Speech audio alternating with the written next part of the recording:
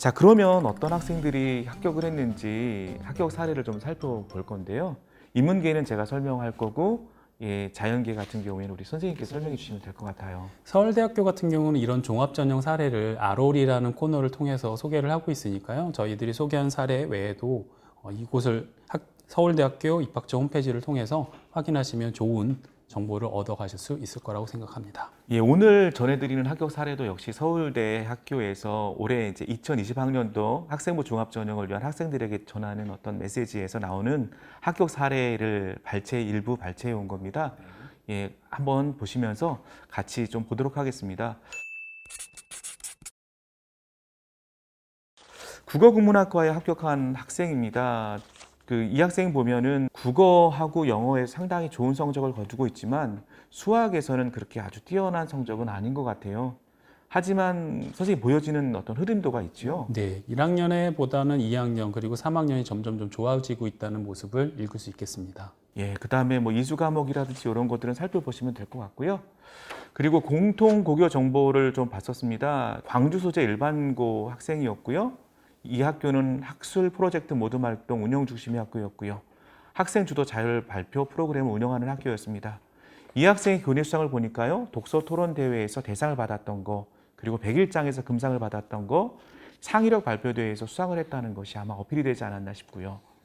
학원 및 노력 및 학습 경험을 좀 발췌해 왔어요.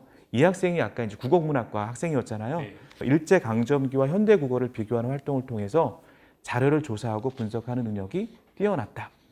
그리고 두 번째, 우리말 바로 알기 세우기라는 제목에서 보면 그 학생들을 대상으로 실시한 설문조사 결과를 정리해서 보고서를 완성했다. 뭐 이런 얘기도 나오고 있고요. 그 다음에 수학인데 수학 인문으로 수를 읽다 참고해서 소득 분포의 어떤 불평등 정도 정적분으로 계산했다. 그리고 네 번째, 수업 시간 개인 발표 기회를 통해서 한국인이 자주 실수하는 영어 표현을 영미 문화권과 함께 알아봤다. 문화적 차이에 대해서 살펴봤다. 뭐 등등등의 내용이 있습니다. 그 다음에 보면 광고, 언어와 문화 주제로 한국과 외국의 어떤 특정 광고에 나타나는 언어적 특성에 대해서 말하기 방식, 어휘 등 뭐 폭넓게 조망했다라고 되어 있습니다.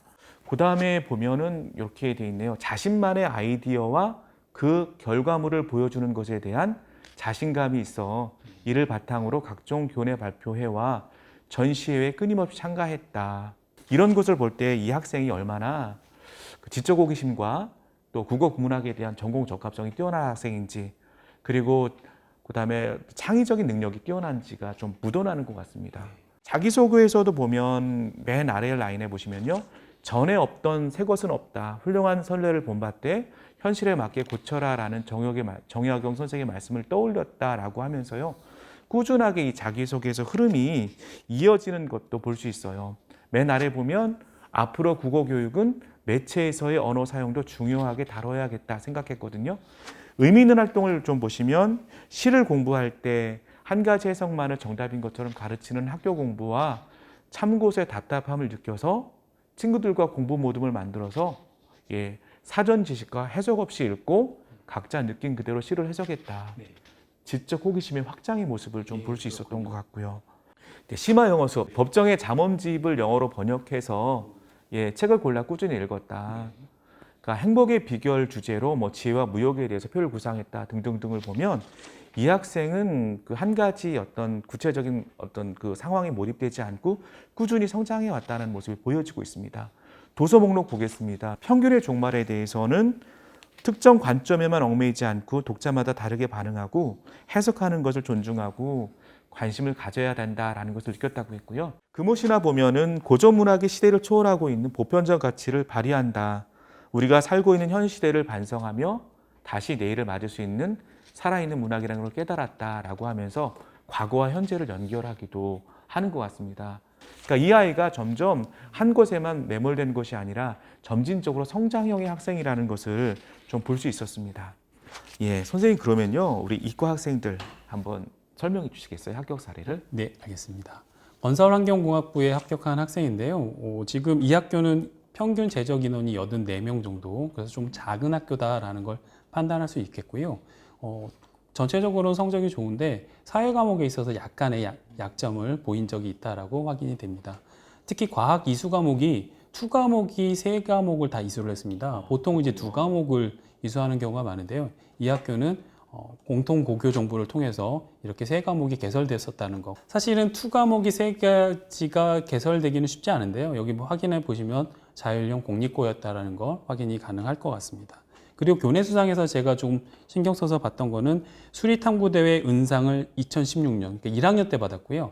2학년 때인 2017년에는 수리탐구대회가 1위, 금상으로 올라갔다는 겁니다. 이 친구도 역시 계속해서 발전하고 있었다는 걸 확인할 수 있었습니다. 그리고 학교 생활기록부 통해서 물리에 관심이 많았다라는 거, 그리고 광전 효과라는 키워드를 정하고 실험을 진행했다라는 거, 그리고 공부를 할 때 해답지 보지 않고 꾸준하게 그 답을 찾는 거, 이런 경험을 했다라고 소개를 하고 있습니다.